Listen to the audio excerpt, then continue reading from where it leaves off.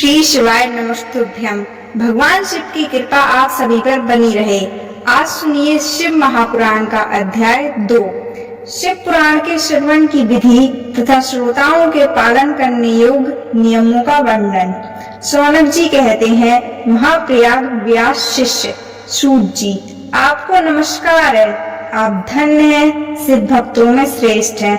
आपके महान गुण वर्णन करने योग्य हैं। अब आप कल्याणमय शिव पुराण के श्रवण की विधि बतलाइए, जिससे सभी श्रोताओं को संपूर्ण उत्तम फल की प्राप्ति हो सके। सूत जी ने कहा, मुनि शौनक, अब मैं तुम्हें संपूर्ण फल की प्राप्ति के लिए शिव पुराण के श्रवण की विधि बता रहा हूँ।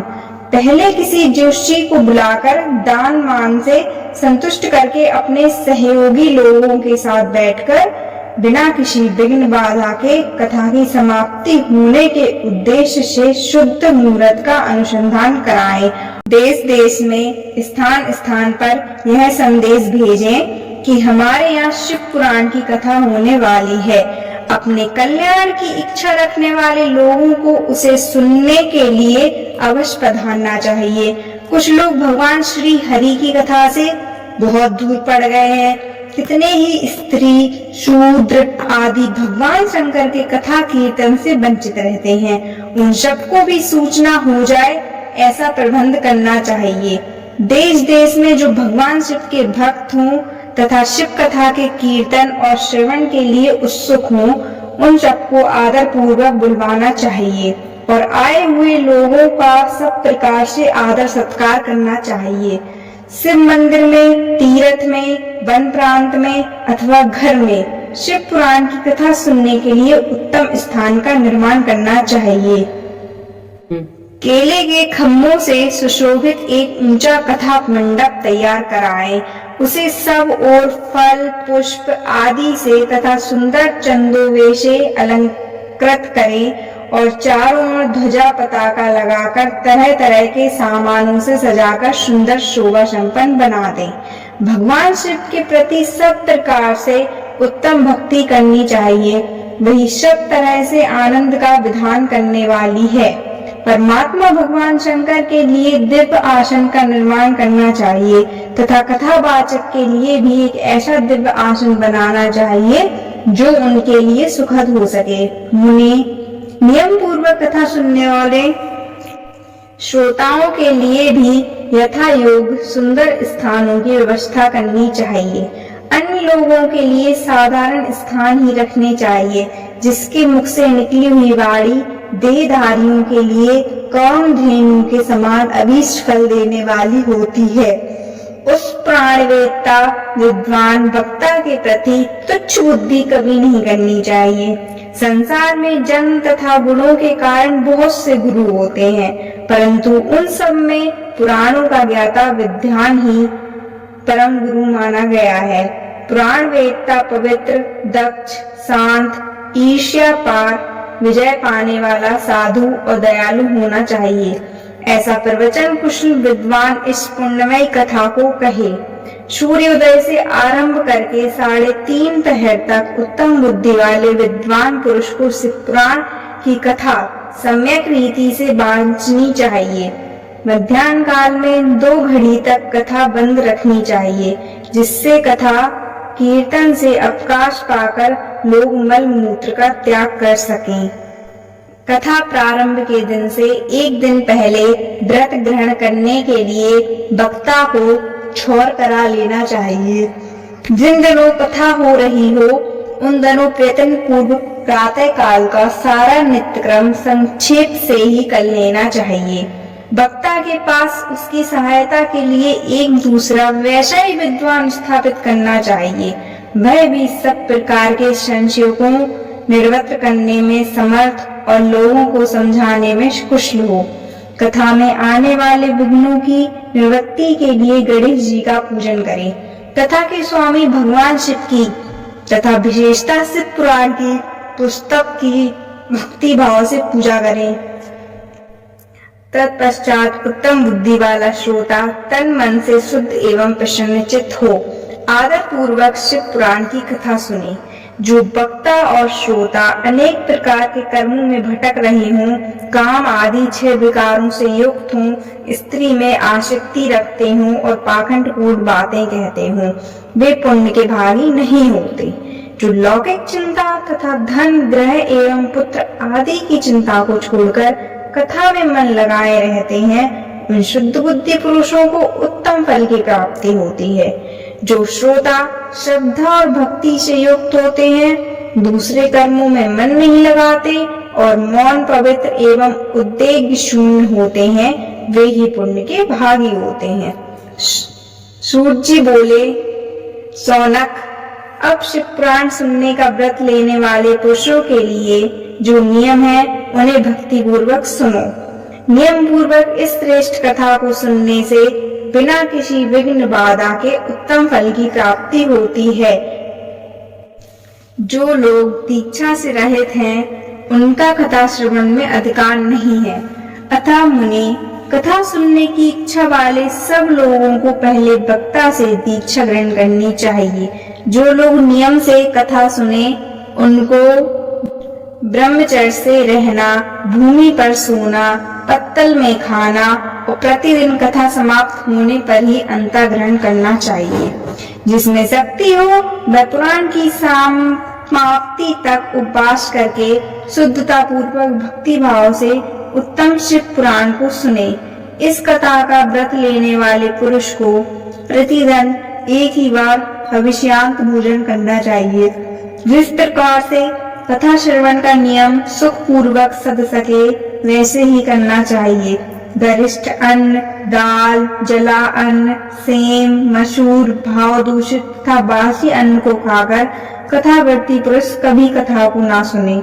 जिसने कथा का व्रत ले रखा हो वह पुरुष प्याज, लहसुन, हींग, गाजर, मादक वस्तु तथा आमिष कही जाने वाली वस्तुओं को त्याग दे। कथा का व्रत लेने वाला पुरुष काम, क्रोध आदि 6 विकारों को, ब्राह्मणों की निंदाओं को तथा पतिव्रता और साधु संतों की निंदा को भी त्याग दे। कथावर्ती पुरुष प्रतिदिन सत्य, शौच, दया, मौन, सरलता, विनय तथा हार्दिक उदारता, इन सद्गुणों को सदा अपनाए रहे। श्रोता निष्काम हो या साकाम, वह नियम पूर्वक कथा सुने। सकाम पुरुष अपनी अभीष्ट कामना को प्राप्त करता है और निष्काम पुरुष मोक्ष पा लेता है। दरिद्र, क्षय का रोगी, पापी, भागहीन तथा संतान रहित पुरुष भी इस उत्तम कथा को सुने। काकवंध्या आदि जो 7 प्रकार की दुष्ट स्त्रियां हैं, वे तथा जिसका गर्भ गिर जाता हो वह इन सभी को शिव पुराण की उत्तम कथा सुननी चाहिए। मुनि, स्त्री हो या पुरुष, सबको यत्न पूर्वक विधि विधान से शिव पुराण की यह उत्तम कथा सुननी चाहिए।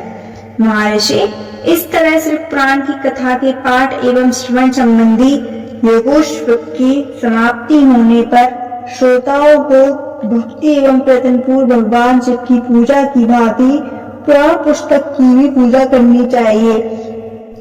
तदंतर विधि पूर्वक वक्ता की भी पूजन करना आवश्यक है। पुस्तक को आच्छादित करने के लिए नवीन एवं सुंदर बस्ता बनावे और उसे बांधने के लिए दृढ़ एवं दिव्य डोरी लगावे, फिर उसका विधिवत पूजन करें।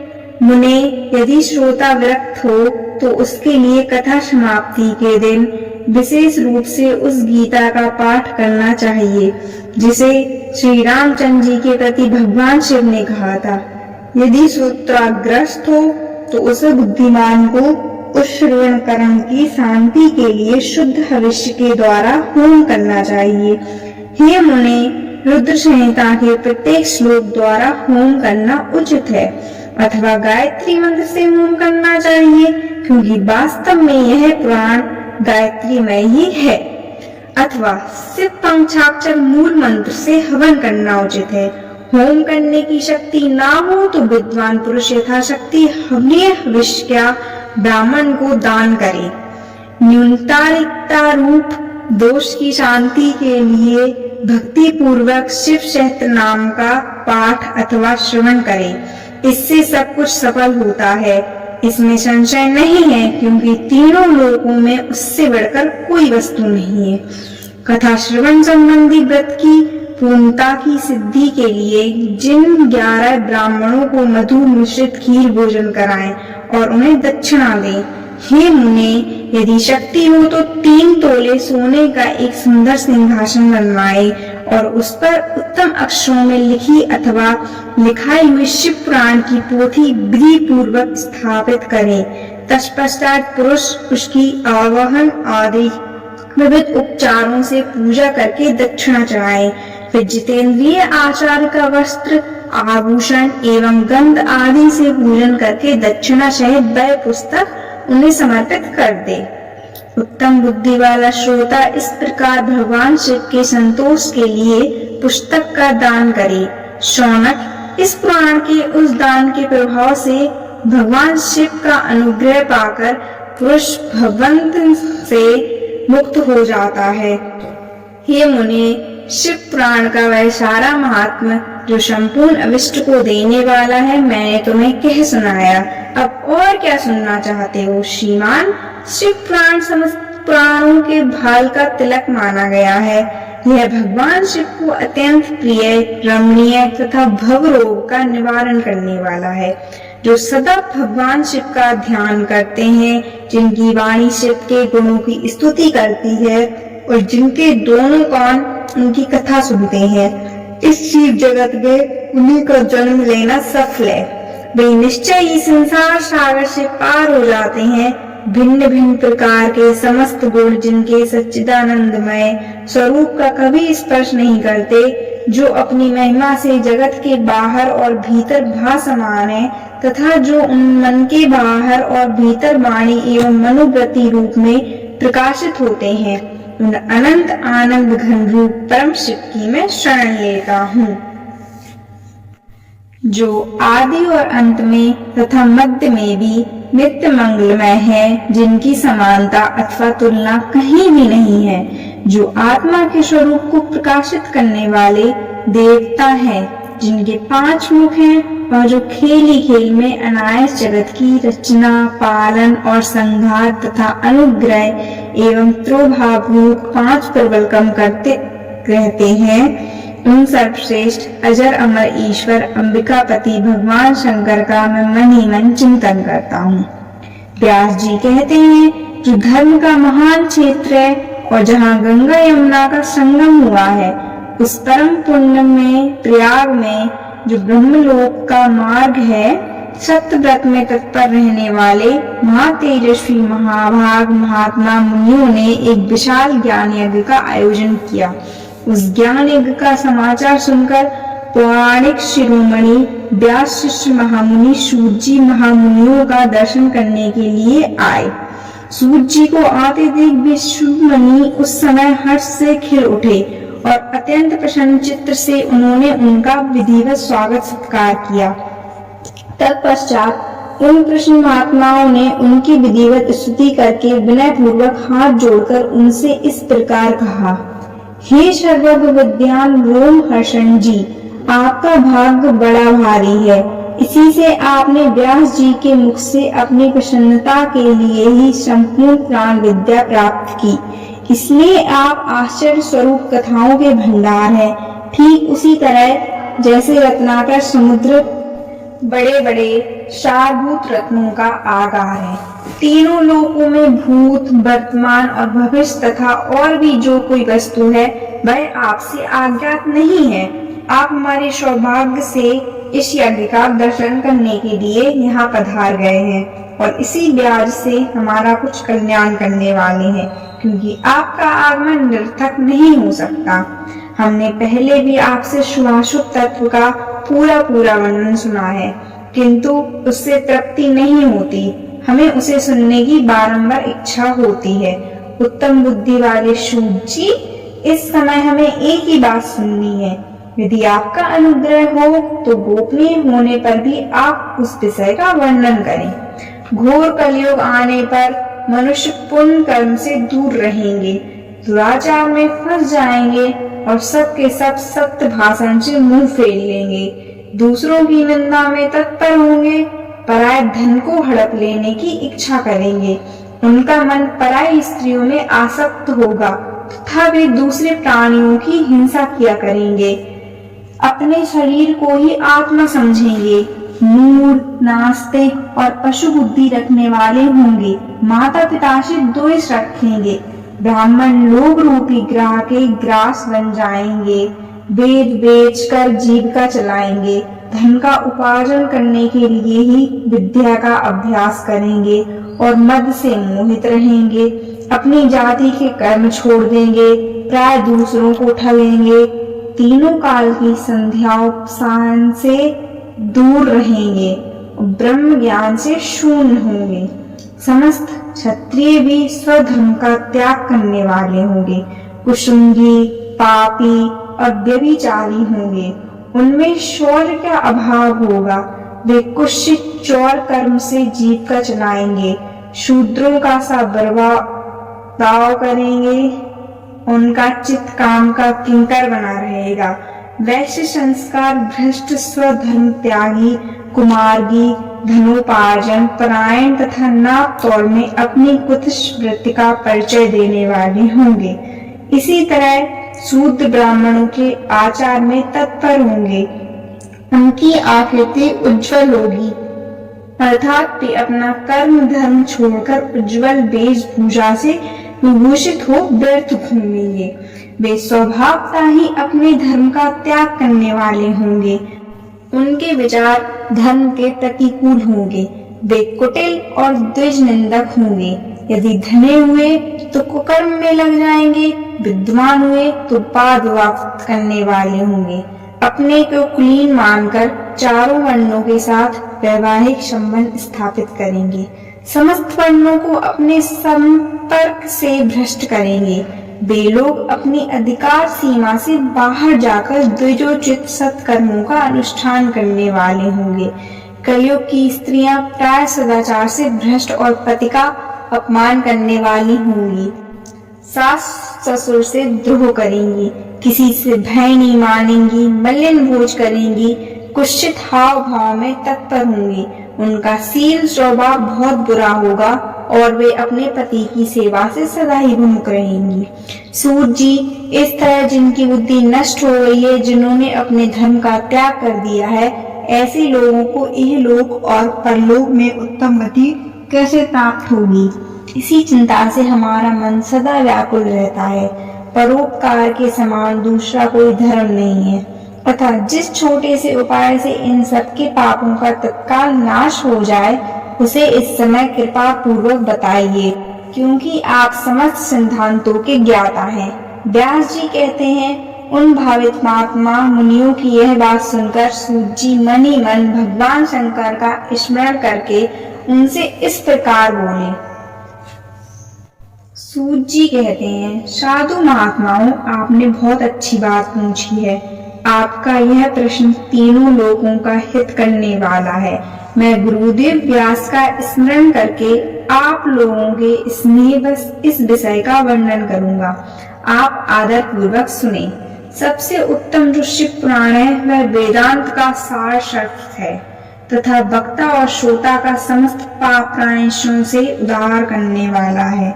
इतना ही नहीं, वह परलोक में परमार्थ वस्तुओं को देने वाला है। कल की कल्मश राशि का विनाश करने वाला है। उसमें भगवान शिव के उत्तम यश का वर्णन है। ब्राह्मण, धर्म, अर्थ, काम और मोक्ष, इन चारों पुरुषों को देने वाला है। वह पुराण सदा ही अपने प्रभाव की दृष्टि से वृद्धि या विस्तार को प्राप्त हो रहा है।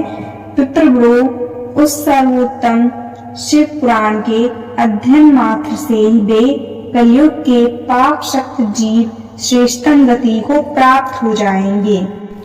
कलयुग के महान उत्पात तभी तक जगत में निर्भय होकर विचरेंगे, जब तक यहाँ शिव पुराण का उदय नहीं होगा। इस वेद के तुल्य माना गया है। इस वेद कल्प पुराण का सबसे पहले भगवान शिव ने ही प्रेरण किया था। वेदेश्वर संहिता, रुद्र संहिता, विनायक संहिता, उमा संहिता, मात्र संहिता, एकदास रुद्र संहिता, कैलाश संहिता, सतरुद्र संहिता, कोटि रुद्र संहिता, सहस्त्र कोटि रुद्र संहिता, वायव्य संहिता तथा धर्म संहिता, इस प्रकार इस पुराण के 12 भेद या खंड हैं। ये 12 संहिताएं अत्यंत पुण्यमयी मानी गई हैं। ब्राह्मणों, अब मैं उनके श्लोकों की संख्या बता रहा हूँ। आप लोग वह सब आदर पूर्वक सुने। 10,000 श्लोक हैं। रुद्र संहिता, विनायक संहिता, उमा संहिता और मातृ संहिता।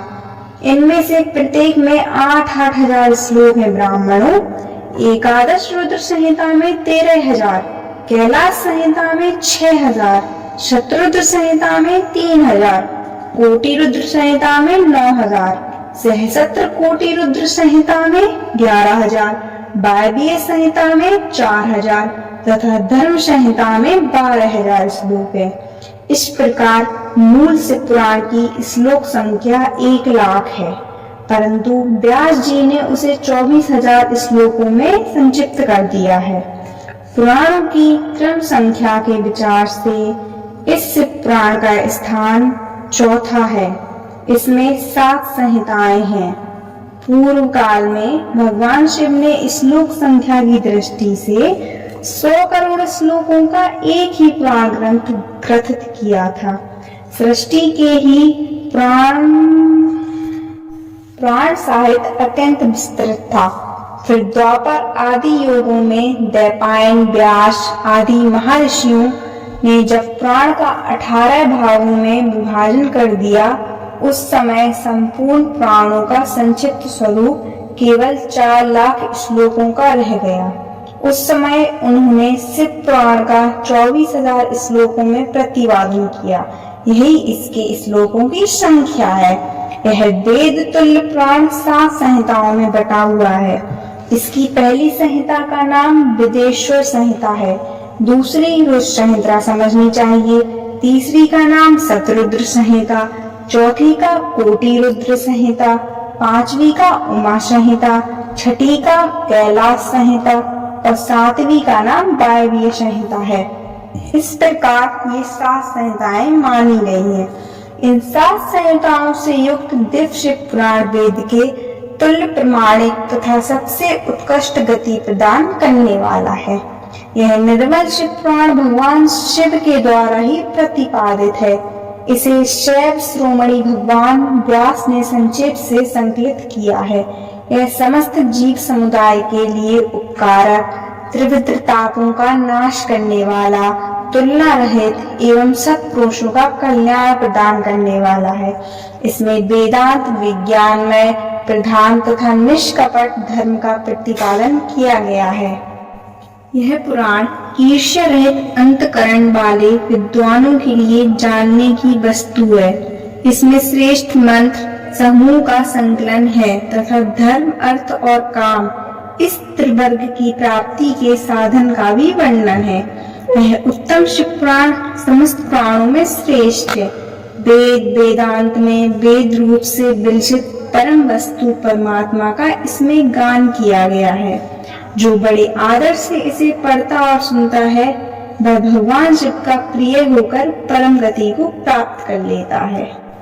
सूत जी ने कहा, आप सब महर्षिगण रोग शोक से रहित कल्याण में भगवान शिव का स्मरण करके पुराण प्रवर शिव पुराण की जो वेद के सार तत्व से प्रकट हुआ है कथा सुनिए।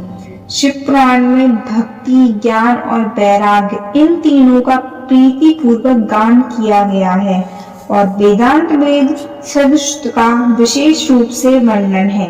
इस वर्तमान कल्प में जब सृष्टि कर्म आरंभ हुआ था, उन दिनों 6 कुलों के महर्षि परस्पर वाद विवाद करते हुए कहने लगे, अमुक वस्तु सबसे उत्कृष्ट है और अमुक नहीं है।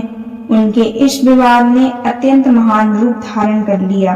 तब वे सब के सब अपनी शंका के समाधान के लिए सृष्टिकर्ता अविनाशी ब्रह्मा जी के पास गए और हाथ जोड़कर विनय भरी वाणी में बोले, प्रभु, आप संपूर्ण जगत को धारण पोषण करने वाले तथा समस्त कारणों के भी कारण हैं। हम ये जानना चाहते हैं कि संपूर्ण तत्वों से परे परात्पर पुराण पुरुष कौन है।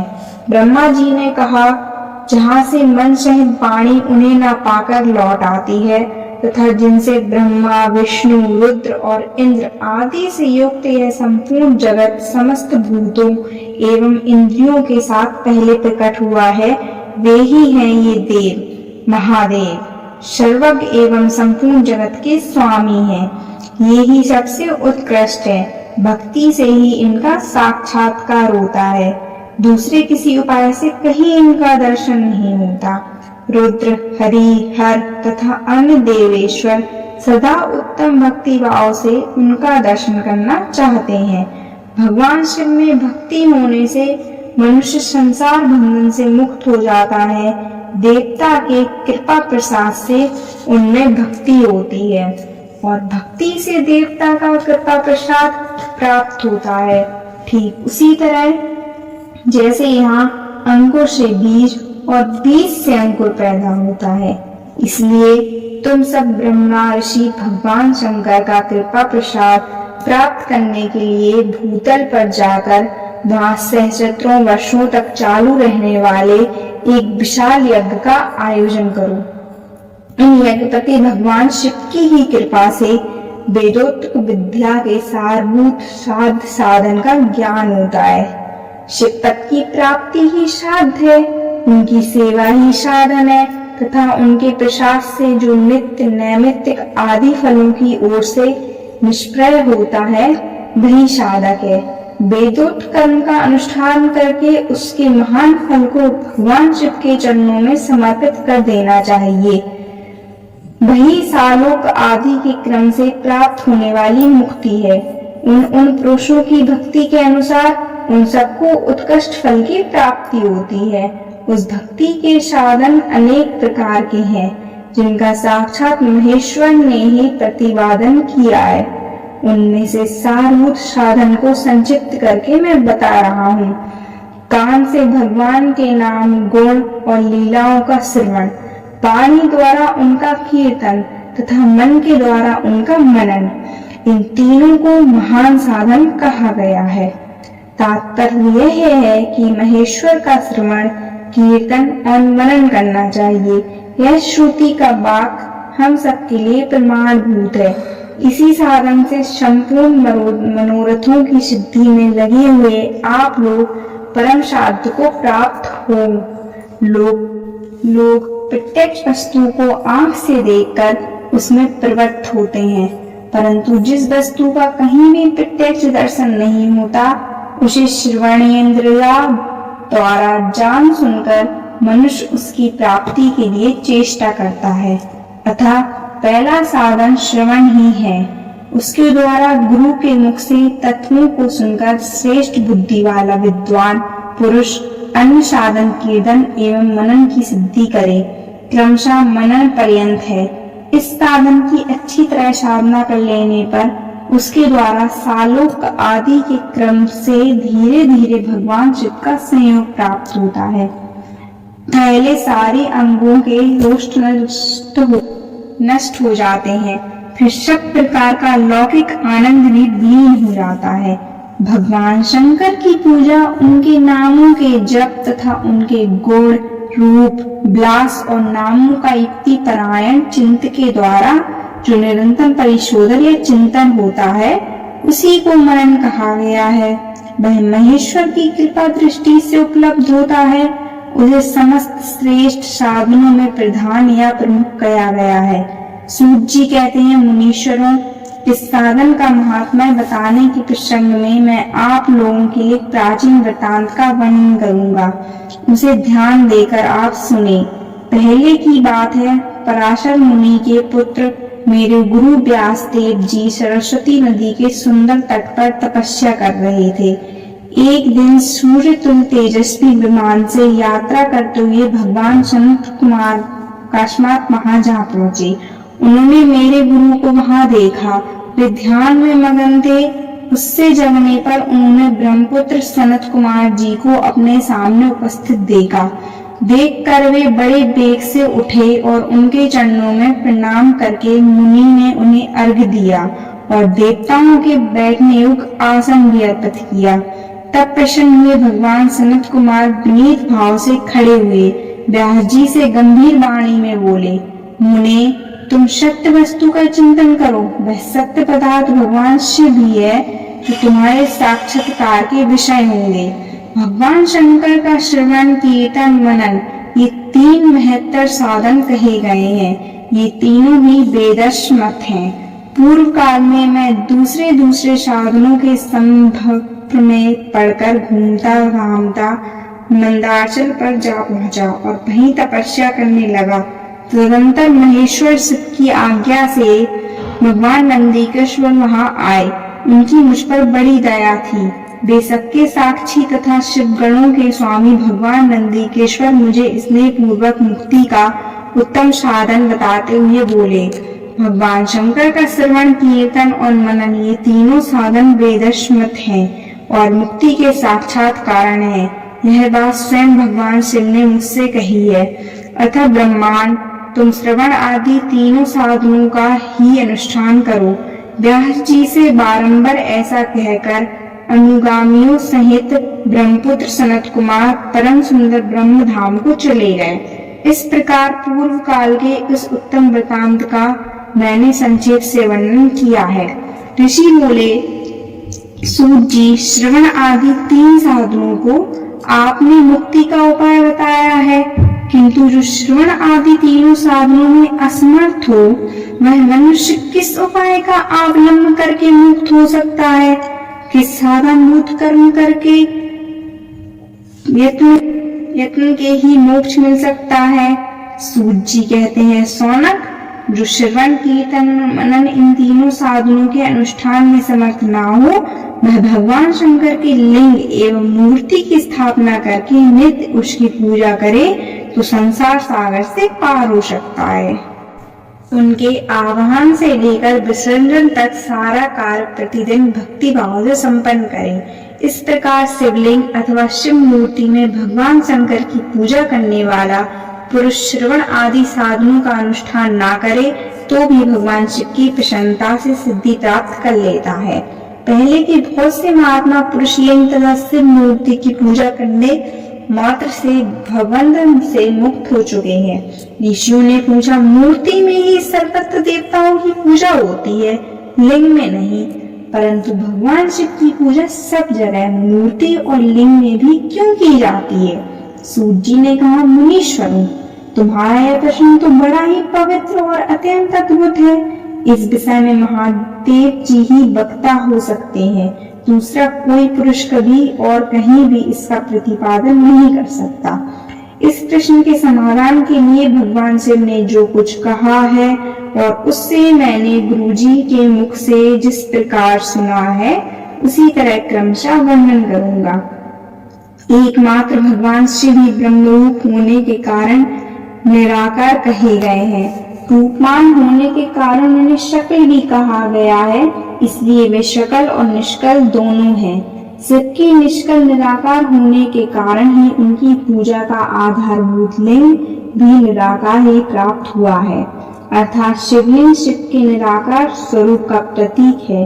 इसी तरह शिव के शकल या साकार होने के कारण उनकी पूजा का आधारभूत विग्रह साकार प्राप्त होता है, अर्थात शिव का साकार विग्रह उनके साकार स्वरूप का प्रतीक होता है। शक्ल और अक्ल आकार सहित साकार और अंग आकार से रूप होने से ही वे ब्रह्म शब्द से कहे जाने वाले परमात्मा हैं। यही कारण है कि सब लोग लिंग और मूर्ति दोनों में ही सदा भगवान शिव की पूजा करते हैं। शिव से भिन्न जो दूसरे देवता हैं, वे साक्षात ब्रह्मा नहीं है, इसलिए कहीं भी उनके लिए निराकार लिंग नहीं उपलब्ध होता। पूर्व काल में बुद्धिमान ब्रह्मपुत्र सनत कुमार मुनि ने मंदराचल पर नंदीकेश्वर से इसी प्रकार का प्रश्न किया था। सनत कुमार बोले, भगवान शिव से भिन्न जो देवता हैं, उन सब की पूजा के लिए सर्वत्र प्राय वेद मूर्ति मात्री अधिक संख्या में देखा और सुना जाता है। केवल भगवान शिव की ही पूजा में लिंग और वेद दोनों का उपयोग देखने में आता है। अतः कल्याणमय नंदीकेश्वर, इस विषय में जो तथ्य की बात हो उसे मुझे इस प्रकार बताइए जिससे अच्छी तरह समझ में आ जाए। नंदीकेश्वर ने कहा, निष्पाप ब्रह्म कुमार, आपके इस प्रश्न का हम जैसे लोगों के द्वारा कोई उत्तर नहीं दिया जा सकता, क्योंकि यह गोपनीय विषय है और लिंग साक्षात ब्रह्मा का प्रतीक है। तथापि आप शिव भक्त हैं, इसलिए इस विषय में भगवान शिव ने जो कुछ बताया है उसे ही आपके समक्ष कहता हूँ। भगवान शिव ब्रह्म स्वरूप और निष्कल हैं, इसलिए उन्हीं की पूजा में निष्कल लिंग का उपयोग होता है। संपूर्ण वेदों का यही मत है। सनत कुमार बोले, महाभाग योगेंद्र, आपने भगवान शिव तथा दूसरे देवताओं के पूजन में लिंग और बेर के प्रचार का जो रहस्य विभाग पूर्वक बताया है वह यथार्थ है। इसलिए लिंग और बेर की आदि उत्पत्ति का जो उत्तम वृतांत है उसी को मैं इस समय सुनना चाहता हूँ। लिंग के प्रकाट्य का रहस्य सूचित करने वाला प्रसंग मुझे सुनाइए। इसमें उत्तर में नंदीकेश्वर भगवान महादेव के निष्कल स्वरूप लिंग के आविर्भाव का प्रसंग सुनाना आरंभ किया। उन्होंने ब्रह्मा तथा विष्णु के विवाद, देवताओं की व्याकुलता एवं चिंता, देवताओं का दिव्य कैलाश शिखर पर गमन, उनके द्वारा चंद्रशेखर महादेव का स्तमन, देवताओं से प्रेरित हुए महादेव जी की ब्रह्मा और विष्णु के विवाद स्थल में आगमन तथा दोनों के बीच में निष्कल आदि अंत रहित भीषण अग्नि स्तंभ के रूप में उनका आविर्भाव आदि प्रसंगों की कथा कही। तदंतर श्री ब्रह्मा और विष्णु दोनों के द्वारा उस ज्योतिमय स्तंभ की ऊंचाई और गहराई का था लेने की चेष्टा एवं केतकी पुष्प के साफ प्रदान आदि के प्रसंग भी सुनाए। श्री शिवाय नमस्तुभ्यम। भगवान शिव की कृपा आप सभी पर बनी रहे।